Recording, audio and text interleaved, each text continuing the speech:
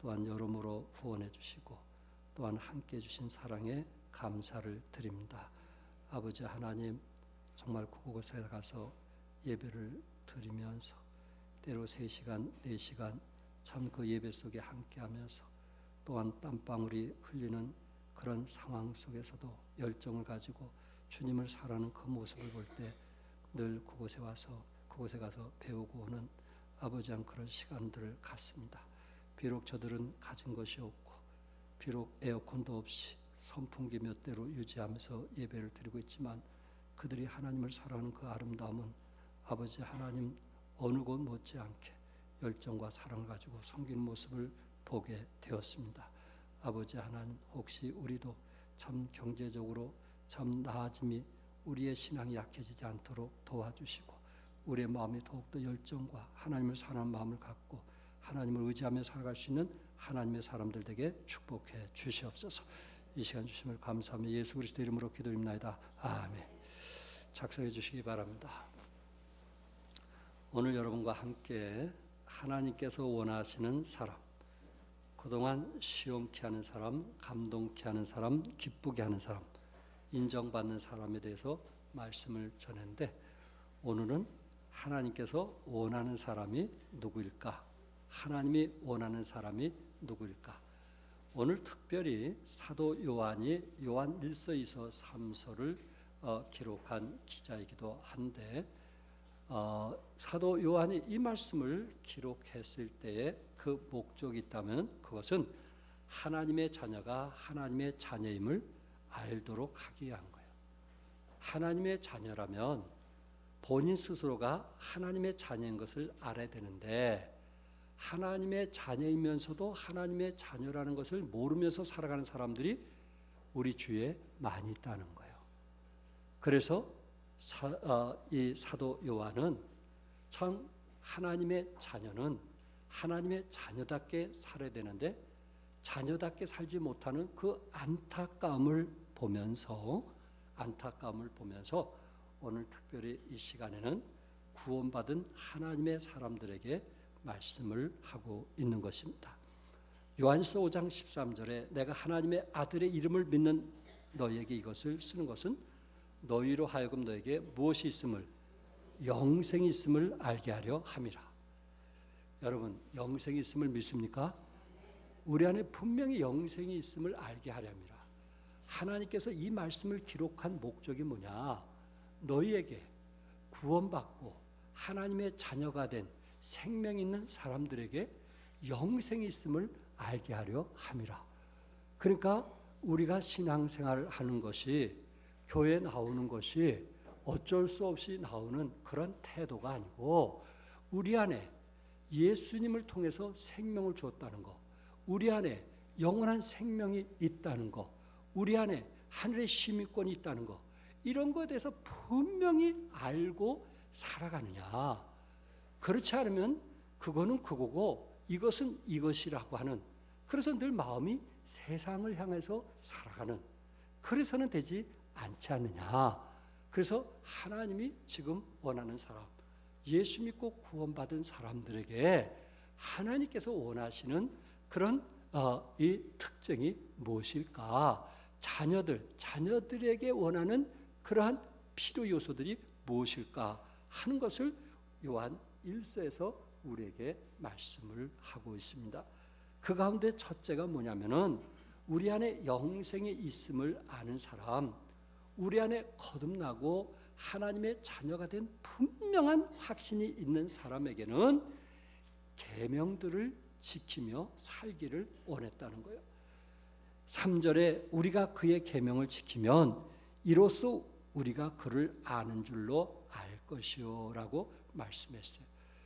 그러니까 적어도 여러분 초대교회 식구들은 어떠할까요? 누가 당신 구원받았습니까? 라고 묻는다면 초대교회 식구들이 네, 글쎄요, 구원받은 것 같기도 하고요. 그렇게 답변했을까요? 글쎄요, 죽어봐야 알지요. 그렇게 대답했을까요? 글쎄요, 내가 구원받은 것 같기도 하고 안 받은 것 같기도 하고 그렇게 대답했을까요? 초대교회에 예수 믿는 사람들은 결코 쉬운 게 아니었거든요. 때로 예수 믿는다는 이유로 화형에 처하기도 하고 감옥에 갇히기도 하고 때로 모든 것을 빼앗기는, 또한 직장도 잃게 되는 그런 속에서 구원관이 분명하지 않고 그런 모든 것을 포기할 수 있겠느냐 하는 거예요. 그러니까 초대교회 식구들에게 당신 구원받았습니까? 라고 물은다면은 그들은 네, 저는 예수님을 개인의 구세주로 영접했습니다 하고 확신 있게 말할 거란 말이에요. 이처럼 여러분과 나에게 누군가 묻는다면 당신 구원받았습니까? 당신 하나님의 자녀입니까? 당신은 이 땅보다 하늘의 소망을 두고 살아가십니까? 라고 물었을 때 나는 그 부분에서 확신 있게 분명하게 말할 수 있느냐 말이에요. 오늘 본문에서 우리 하나님께서 우리에게 바로 요구하는 것이 무엇이냐? 나에게 분명히 생명이 있는 것이 확신하다면, 내가 거듭난 것이 확신하다면 우리에게 나타난 특징들이 있는데 그것이 뭐냐면은 계명을 지키면서 살더라 이거예요. 계명. 여기 계명을 지킨다. 지킨다는 말은 보물을 지키듯 주의 깊게 지킨다는 뜻이거든요. 그러니까 거듭난 사람들의 특징이 뭐냐면은 하나님의 말씀을 지키며 살려고 애쓰더라 이거예요. 아멘. 예수 믿고 구원받은 사람의 특징이 무엇이냐면은 세상에 흘러간 대로 그렇게 살아가는 것이 아니고 오히려 세상을 거스르면서까지도 하나님께서 나에게 주신 말씀이 무엇인가, 하나님이 원하시는 것이 무엇인가, 그래서 어떡하든지 내 마음속에 거듭난 증거가 있으니까, 생명 있는 증거가 있으니까, 성령님이 내 안에 계시니까 그의 마음속에 하나님의 계명을 지키려고 애쓰고, 혹시나 계명을 지키지 못했으면 그 부분 때문에 좀 무언가 마음이 불편하고 힘들고 어려운 그런 삶을 성경은 우리에게 말씀하고 있단 말이에요. 그러니까 하나님의 계명을 지키려고 하지 않는다면, 하나님의 계명과 관계없이 산다면 반대로 그 사람이 구원받았다고 말할 수 있겠느냐 말이에요. 그 사람이 하늘에 시민권이 있다고 말할 수 있겠느냐 말이에요. 그가 죽는다 할지라도 천국 갈 수 있겠느냐 하는 이야기예요, 성경에서.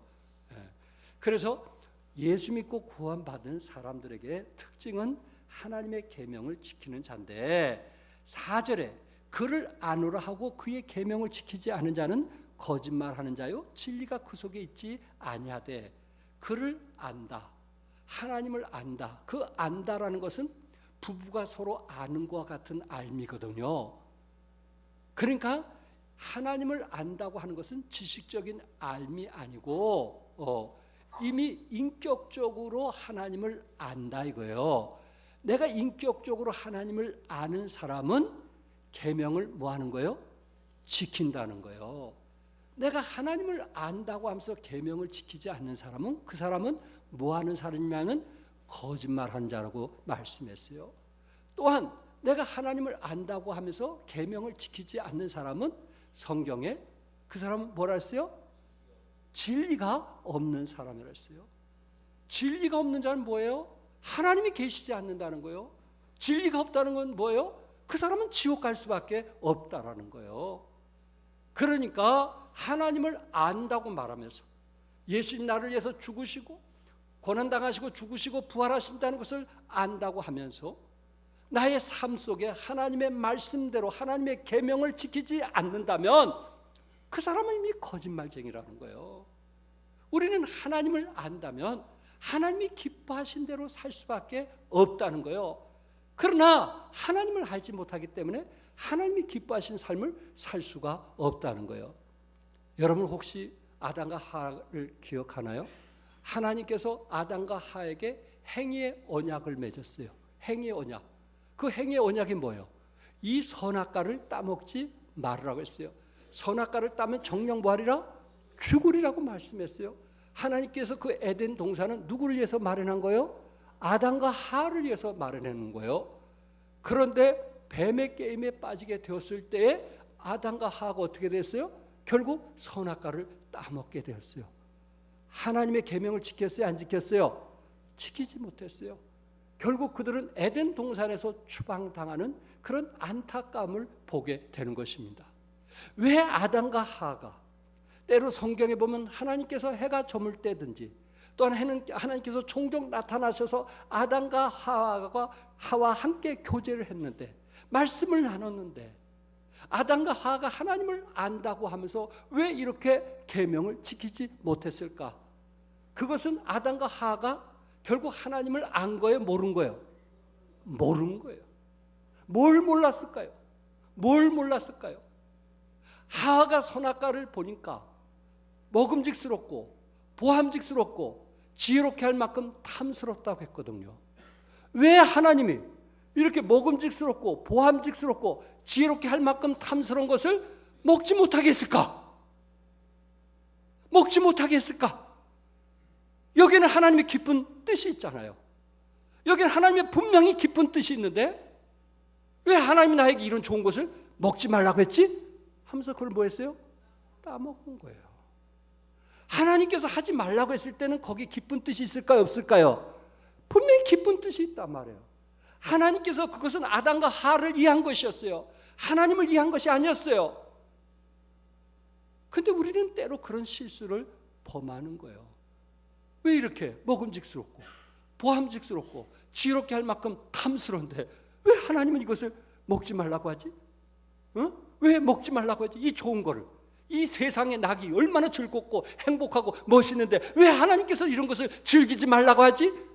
결국 끝까지 가보면 그것이 결코 멸망의 길이라는 것을 깨닫게 되는데, 우리를 위한 건데 우리는 하나님을 안다고 하면서 알지 못한 거예요. 또 한 가지 뭘까요? 또 한 가지, 결국 선악과를 따먹음으로써 에덴 동산에서 뭘 당했어요? 추방을 당했잖아요. 아니 세상에, 그 에덴 동산 그 좋은 거를 만들어 놓으시고, 그래 이 선악과 하나 요거 하나 따먹었다고 나를 추방시켜? 우리 하나님이 진짜 그런 분이 사랑의 하나님이야? 그런 분이 능력의 하나님이야? 그런 분이 힘 있는 하나님이야? 이렇게 생각할 수도 있단 말이에요. 요 선악과 때문에 나를 에덴 동산에서 추방할 정도로 이게 그렇게 큰 죄냐? 이렇게 생각할 수도 있단 말이에요. 그러니까 아담과 하와는 하나님을 아는 것 같은데 알지 못한 사람이란 말이에요. 근데 성경은 하나님을 아는 자는 계명을 뭐 하는 자라 했어요? 지키는 자라고 말씀을 했어요.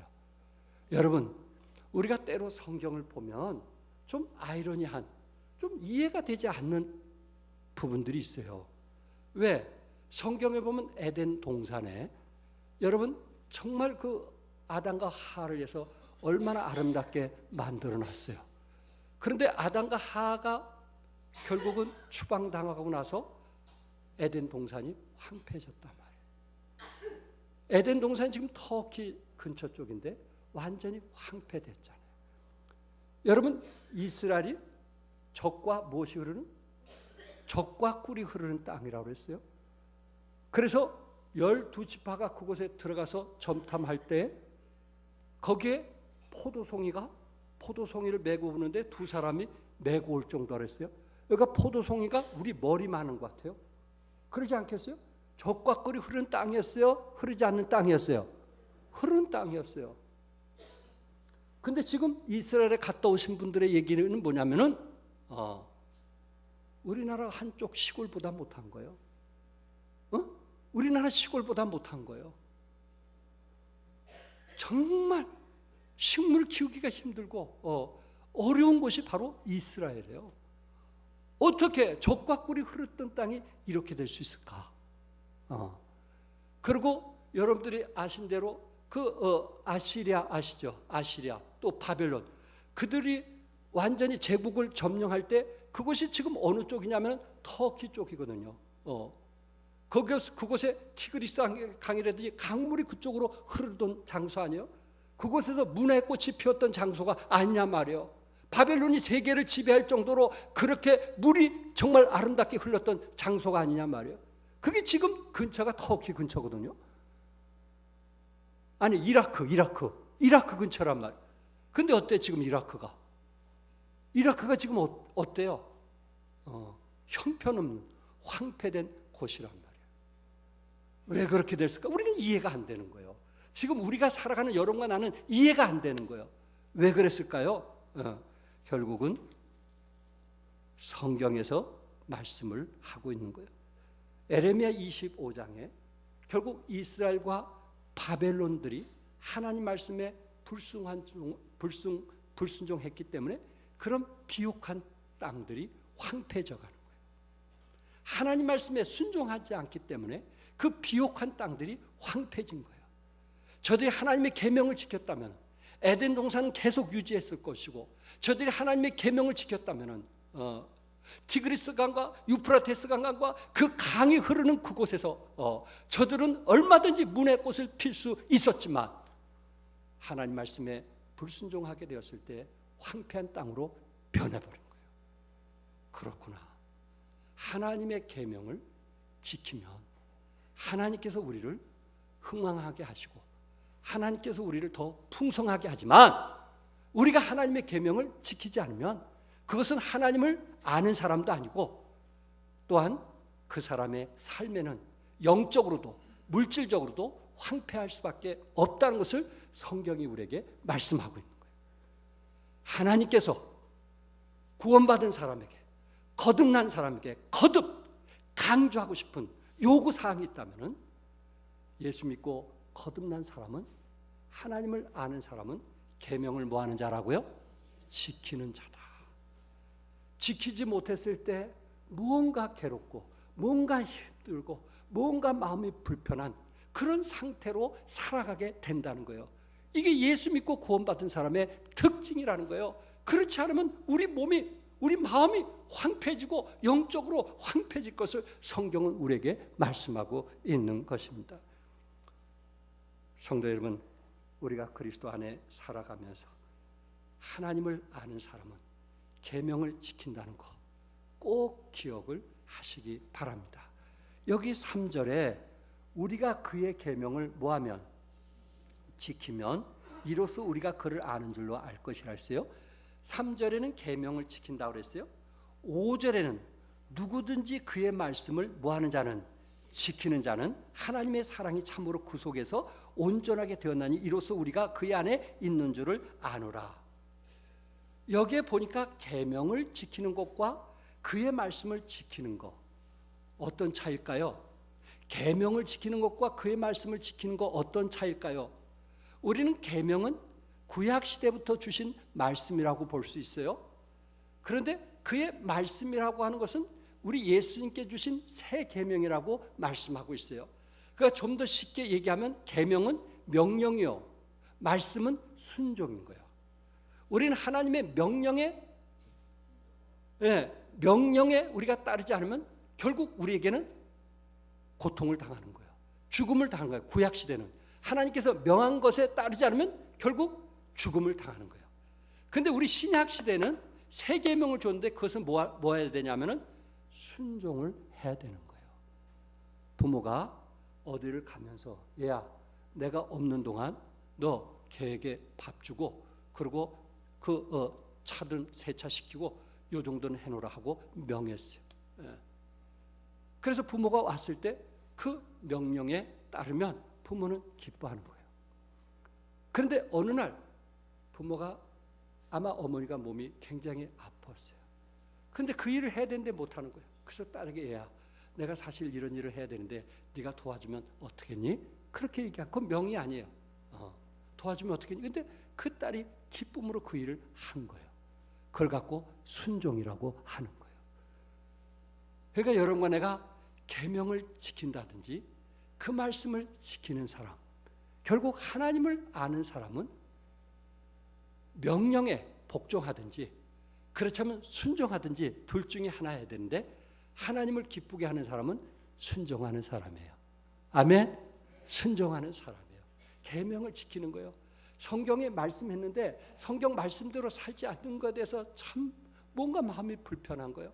그래서 그렇게 살려고 애써 보는 거예요. 그리고 아무리 힘들고 어려워도 그렇게 말씀대로 순종해 보려고 애쓰는 그것을 하나님 보시고 기뻐하시는 거예요. 그 사람을 가지고 생명 있는 자라, 거듭 있는 자라, 구원받은 사람이라, 하늘의 시민권을 가진 자라고 말할 수가 있는 거예요.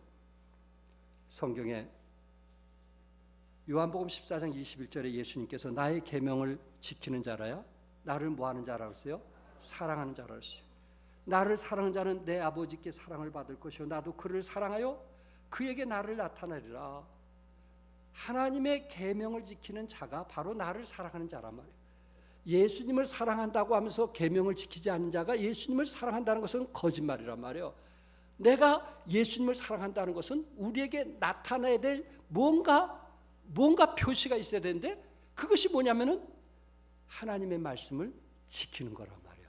하나님 말씀을 지킬 때에 그에게 나를 나타내리라. 하나님 말씀을 지키는 여러분과 나에게 예수님께서 나타내리라. 예수님이 우리와 동행해서 우리를 보호해 주시고 우리를 지켜 주시고 어떤 낙심으로부터 다시 한번 일으켜 세워 주신다는 거예요. 우리 성도님들이 한 주 동안 형통할 수도 있고 잘 될 수도 있어요. 그러나 그렇지 못하고 사는 사람도 있잖아요. 왠지 집에 들어가면 답답하고 왠지 힘들고 어려운 사람도 있을 수 있잖아요. 그런데 하나님의 계명을 지키는 자는 우리 아버지 하나님께서 뭐라고 말씀했어요? 그에게 나를 나타내리라. 임마누엘의 하나님이 되어서 우리를 도와주시고 우리와 함께 하신다고 약속을 했던 것입니다. 출애굽기 20장 6절에 나를 사랑하고 내 계명을 지키는 자에게는 언제까지? 천대까지 은혜를 베푸시니라. 하나님을 사랑하니까 하나님의 계명을 지키는 거 아니겠어요? 하나님의 계명을 지키는 자에게는 하나님께서 천대까지 은혜를 베푸시겠다고 구약 시대 약속이 지금까지 계속 이어지고 있고, 시편 119편 165절에 주의 법을 사랑하는 자에게는 큰 평안이 있으니 그들에게 장애물이 없으리라. 주님의 법을 사랑하는 자, 주님의 계명을 지키는 자에게, 바로 계명을 지킨 자는 하나님을 사랑하는 자인데 그 하나님을 사랑하는 자는 그 마음속에 큰 평안을 주시겠고 장애물을 없애겠다. 여러분과 내가 살아가면서 얼마나 장애가 많아요. 우리가 살아가면서 얼마나 장애들이 많아요. 얼마나 거친 돌이 많아요. 그런데 하나님께서 그것을 도와주겠다는 거예요. 누구에게? 계명을 지키는 자에게. 그래서 예수 믿고 구원받은 사람에게 특징이 무엇인 거예요? 뭘 지키는 거예요? 계명을 지키는 거예요. 여러분이 적어도 하나님을 안다면, 적어도 예수님을 안다면 하나님께서 우리에게 주신 말씀에 순종하는 거예요. 여러분 혹시 한 주 동안 살면서 아담과 하와가 하나님께서 따먹지 말라는 것을 알고 있었어요? 몰랐어요? 알고 있었어요. 그런데 그 선악과를 따먹었어요? 안 따먹었어요? 따먹었어요. 그는 무엇 때문에 따먹은 것 같아요? 그것은 그 사탄이 이 선악과를 따먹으면 하나님과 같이 되겠다고 말씀했기 때문에 그 말에 유혹을 받은 거예요. 네? 사탄 말에 유혹을 받은 거예요. 쉽게 말해서 욕심 때문에 선악과를 따먹었단 말이에요. 여러분과 내가 지금도 하나님의 계명을 지키지 않는 게 뭐 때문에 그런 거예요? 뭐 때문에? 욕심 때문에 그런 거예요. 욕심 때문에. 질 줄만 알지 필 줄 모르는 그 욕심 때문에 하나님의 계명을 못 지키는 거예요. 하나님을 안다고 하면서, 하나님께서 더 풍성히 채워준다는 것을 안다고 하면서, 그리고 하나님의 계명을 지켰을 때 천대까지 은혜를 주신다는 것을 안다고 하면서 실제 삶의 현장 속에서는 아니에요. 욕심이 앞서가는 거예요. 그래서 선악과를 따먹는 거예요. 하나님께서 따먹지 말라는 선악과를 따먹는 거예요. 그나마 에덴 동산에 있는 많은 것은 따먹되 선악과는 따먹지 말라고 말씀하신 그 부분을 터치하는 거예요. 하나님께서 그 주신 모든 것을 감사할 줄 모르니까, 하나님께서 주신 그 은혜를 감사할 줄 모르니까 선악과를 따먹는 거예요. 얼마나 욕심이 많으면.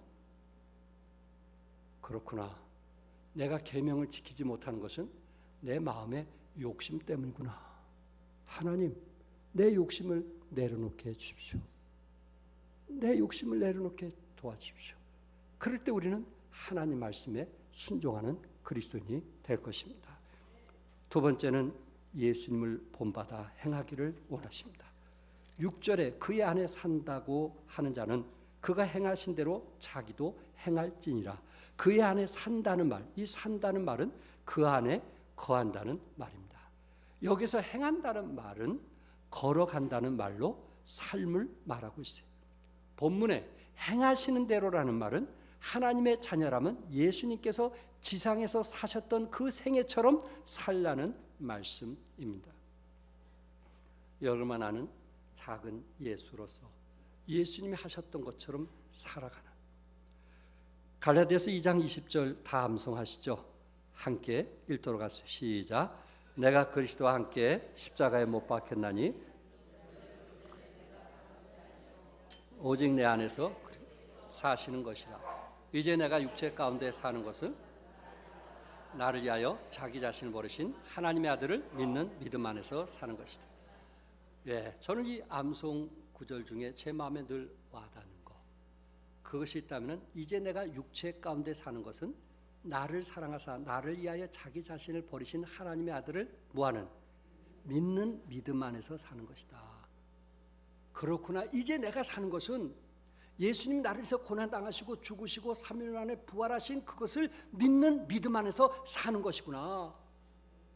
그래서 어찌했든 예수님처럼 살려고 애쓰는, 예수님처럼 살려고 애쓰는 그것이 필요하지 않겠는가. 우리 예수님은 하나님이 원하시는 삶을 살았어요. 그가 어릴 때도 부모님 따라서 회당에 갔고 또한 성전에 가기도 했고, 그가 젊었을 때 하나님 말씀을 이루기 위해서 왔단 말이에요. 그리고 예수님께서 하신 말씀 중에 내 양식은 아버지의 뜻을 행하는 것이라고 말씀을 했단 말이에요. 예수님은 죽기까지 복종했던, 죽기까지 순종했던 아버지의 뜻을 행하기 위해서 오셨단 말이에요. 그러니까 예수님은 하나님과 동일시하는 삶을 살려고 했던 것입니다. 사도 바울은 내가 그리스도를 본받았으니 너희도 나를 본받으라고 말씀했어요. 또한 빌립보에 있는 성도들에게 그로부터 듣고 배우고 본바를 행하라고 말씀을 했어요. 사도 바울은 그리스도를 본받는, 예수님과 동일시하는 삶을 살려고 했단 말이에요. 애썼단 말이에요. 그러면서 너희는 나를 본받으라. 우리도 그리스도 안에서 하나님 말씀을 듣고 배우고 본받은 것을 행하는 그런 삶을 살기를 원했다는 말씀입니다. 여러분, 침례식이 뭐예요? 누구와 동일시하는 거예요? 예수님과 동일시하는 거 아니에요? 고난당하시고 죽으시고 부활하신 그분의 죽음은 나의 죽음이요, 그의 장사는 내 허물과 죄의 장사요, 그의 부활은 내게 새 생명을 갖게 하셨던 그분과 동일시하는 게 침례 순종 아니겠어요? 우리는 주님의 제자가 되는, 주님이 원하시는 삶을 살려고 애쓰는, 예수님께서 제자들의 발을 씻어주시면서 뭐라고 말씀했어요? 내가 너에게 행한 것 같이 너희도 행하게 하려 하여 본을 보이노라. 우리 주님은 본을 보였단 말이에요. 우리도 그렇게 행하도록. 그러니까 하나님께서 우리에게 요구하는 것이 무엇인가? 구원받은 사람에게, 거듭난 사람에게 요구한 것이 무엇인가? 주님이 하신 것처럼 하기를 원하시는 거예요. 주님이 하신 것처럼. 나에게 온유와 겸손을 배우라고 했잖아요. 예수님을 알아가면서 우리 마음이 뭐해져야 되겠어요? 온유해져야 되는 거예요. 우리 자녀들에게도 뭐해져야 되겠어요? 온유해져야 되는 거예요. 우리가 예수님을 알아가면서 뭐해지는 거예요? 겸손해지는 거예요. 겸손해지는 거예요. 오늘 장년부 예배 참석한 장성환 형제가 저에게 말씀 공부하면서 이렇게 얘기하는 거예요. 목사님, 제가 변화되면요, 내 가족들도 변화될 것 같아요. 제가 지금은 전도할 수 없습니다. 교회 처음 나왔대요. 평생 처음. 30년 동안 한 자매가 전도해서 30년 만에 교회 나온 거예요. 처음 나온 거예요. 성경 구절 어디 있는지도 몰라요. 그런데 저에게 얘기하는 거예요. 내 가족과 함께 나오면 좋은데 내가 변화된 다음에 그때 가족들에게 복음을 전하겠습니다. 그런 거예요. 아멘. 내가 변화되면, 내가 하나님 안에서 변화되면 내 주위 사람들이 예수를 믿게 돼 있는 거예요. 1907년 24살 나이에 인도 선교사로 평생 헌신했던 스탠리 존스 선교사님에 대한 이야기입니다. 이분이 인도를 위해서 평생 선교사로 헌신하면서 그 당시 간디라고 하는 사람 아시죠? 간디와 대화를 나눴어요. 그분 책 순례자의 노래라는 책에서 그 사실을 밝혔는데, 이분이 인도의 복음을 전하고 싶은데 우리가 어떻게 하면 인도의 복음을 전할 수 있겠습니까? 라고 간디에게 물었다고 합니다. 그랬더니 간디의 대답이 나는 4가지를 제안하고자 합니다. 첫째, 당신네 선교사들을 포함한 모든 그리스도인들이 예수 그리스도처럼 살도록 하십시오. 누구처럼? 예수 그리스도처럼 살면 우리 인도 사람들이 당신네들이 믿는 신앙을 믿게 될 것입니다. 어렵지만은 우리가 믿는 예수님처럼 살 수 있기를 바랍니다. 아멘. 작은 것 가지고 싸우고, 작은 것 가지고 불평하고, 작은 것 가지고 미워하는 그런 사람이 아니에요. 이건 예수 믿지 않는 사람보다 못한 그런 사람이 아니에요.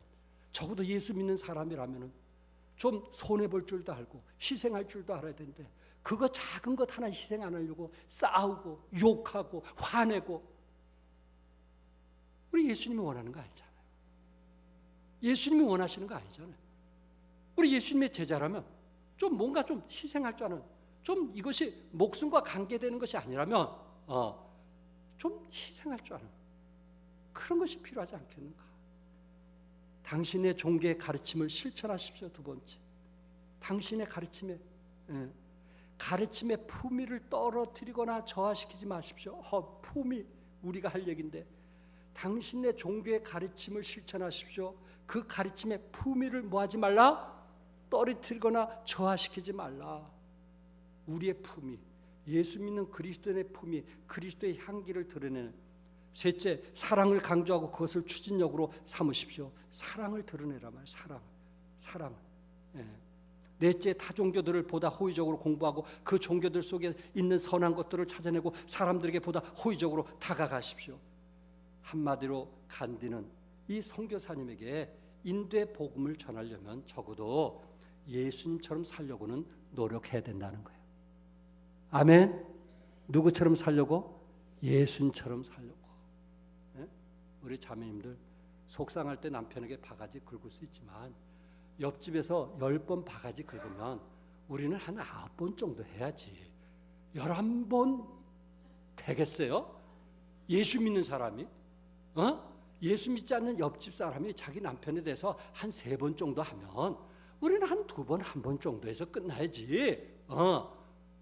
무슨 마음에 그냥 원수졌다고 4번, 5번, 10번 대문을 열고 그냥 동네 사람 들으라고 내 남편이 이렇다 저렇다. 왜 그렇게 사세요? 그럼 되겠어요? 안 되겠어요? 예수 믿는 사람인데 교회 문에 교패가 붙여 있는데 우리가 완전할 수는 없지만 그래도 뭔가 세상 사람보다는 조금 나야 되지 않겠나? 조금 나야 되지 않겠나? 성경은 그걸 원하는 거예요. 성경은 그거를 원하는 거예요. 세 번째는 서로 사랑하며 살기를 원했어요. 7절과 11절. 7절에 사랑하는 자들아 내가 새 계명을 너에게 쓰는 것이 아니라 너희가 처음부터 가진 옛 계명이 이 옛 계명은 너희가 들은 바 말씀 이거니. 옛 계명. 결국 그 새 계명이 뭐예요? 결론적으로 새 계명. 옛 계명과 새 계명 차이.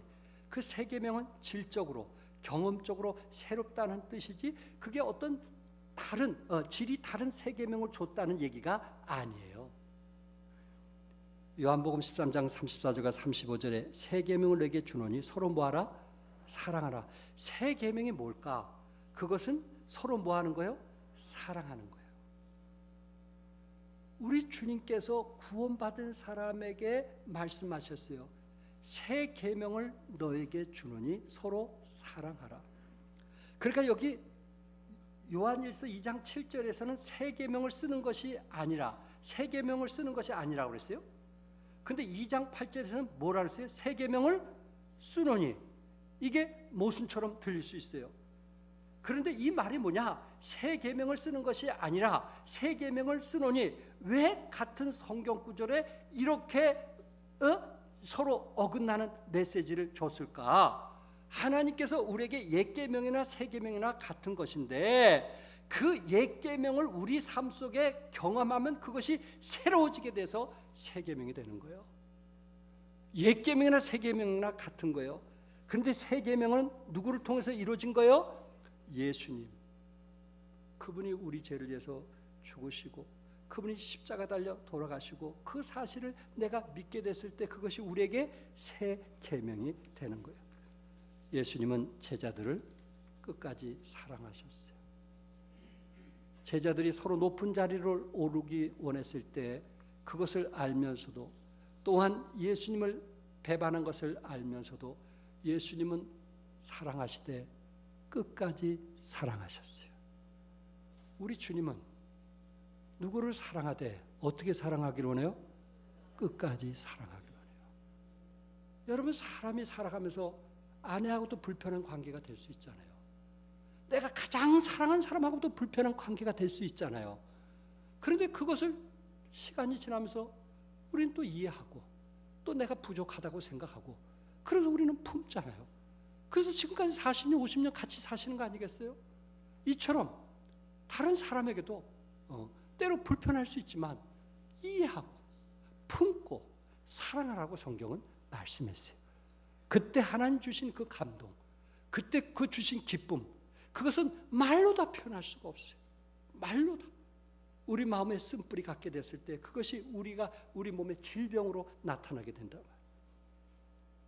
11절에 그의 형제를 미워하는 자는 어둠에 있고 또 어둠에 행하며 갈 곳을 알지 못하느니 이는 그 어둠이 그의 눈을 멀게 하였습니다. 어둠이 그의 눈을 뭐하게 해요? 멀게 했다고 말하고 있어요. 어둠이 눈을 멀게 했어요. 동굴에 사는 고기는 눈이 뭐예요? 먼 거예요. 먼 거예요. 예. 제가 그 울진의 성류굴에 한번 갔었는데 그 가이드가 거기에 고기들이 있어요. 성류굴에 굴 속에. 예. 참 신비하고 아름다운 곳이더라고요. 그런데 그 고기들은 눈이 안 보인다고 그래요. 어두운 데서 살아가지고요 눈이 안 보인다고 말을 하더라고요. 이처럼 여러분과 내가 어두운 데서 살면 영적으로 황폐해지는 거예요. 우리는 어찌하든지 하나님이 원하시는 삶을 살게 될 때 빛의 자녀처럼 행하리라고 믿습니다. 어제 토요일날 낮에 말씀과 씨름하고 있을 때 강석교회 김경석 목사님에게 전화 왔어요.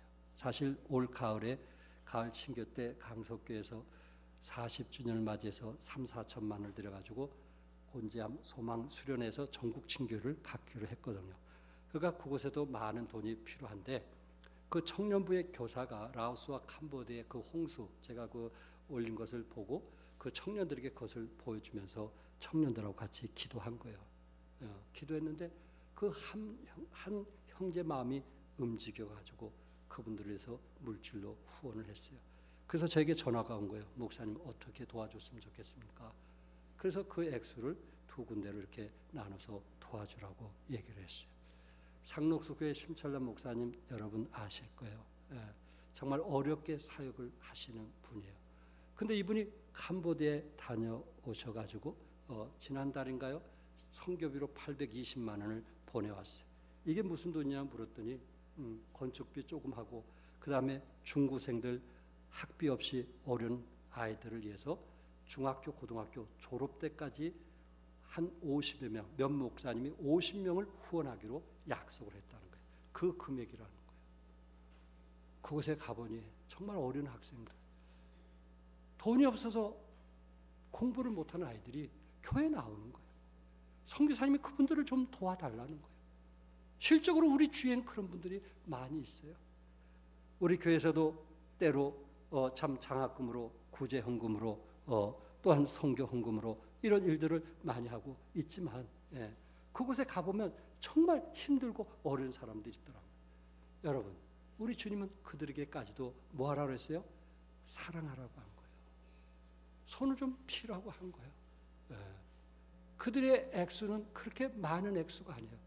그러나 그것 때문에 공부 못하는 실제적으로 가보면 그런 사람들이 많은 거예요. 우리가 예수님을 안다 하면서 예수님께서 정말 지상 명령에 대한 그 소원, 그 부분을 우리가 같이 동참하는 그런 삶이 필요하지 않겠느냐. 어느 목사님께서 시편 37편을 묵상하다가 놀라운 체험을 했어요. 아마 교회 사역하면서 좀 힘들고 어려웠던 것 같아요. 근데 37편 1절에 악을 행하는 자들 때문에 불평하지 말며 불의를 행하는 자들을 시기하지 말지. 악을 행하는 자, 자기에게 악을 행하는 자에게 뭐하지 말라? 불평하지 말라. 더 위로가 됐던 말씀이 37편 10절에 했어요. 잠시 후에는 악인이 없어지리니 내가 그곳을 자세히 살필지라도 없어지리라. 악인이 뭐에 결국은 없어진다. 힘들게 했던 사람이 뭐하게 되는 거예요? 없어지리라. 그러니 염려하지 말라. 이 말씀에 아주 힘이 됐다는 간증을 하는 거예요. 그래서 그분이 이런 글을 썼어요. 어느 순간 주변을 아무리 자세히 살펴봐도 악인이 눈에 띄지 않는 것입니다. 미운 성도가 다 사라진 것입니다. 그때가 어떤 때일까요? 실제로 성도들이 다 착해져서일까요? 그렇지 않습니다. 제 마음이 은혜로 충만했기 때문입니다. 내가 변하니까 모든 사람들이 사랑스러워지더라는 거예요. 내가 변하지 않으니까 모든 사람이 불편해지는 거예요. 힘들어지는 거예요. 짜증이 나는 거예요. 화가 나는 거예요.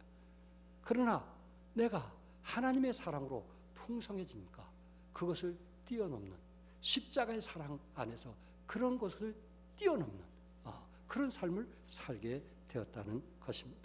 우리 시편 145편 20절만 읽고 마치려고 합니다. 다 같이 읽겠어요. 시작. 여호와께서 자기를 사랑하는 자들은 다 보호하시고 악인들은 다 멸하시라. 하나님을 사랑하는 자는 하나님께서 우리를 뭐 하신다고요? 보호하신다. 아멘. 뭐 하신다고요? 보호하신다. 하나님의 보호하심이 여러분과 나에게 있기를 주님의 이름으로 축복합니다. 기도하겠습니다. 우리 성령 인도하신 대로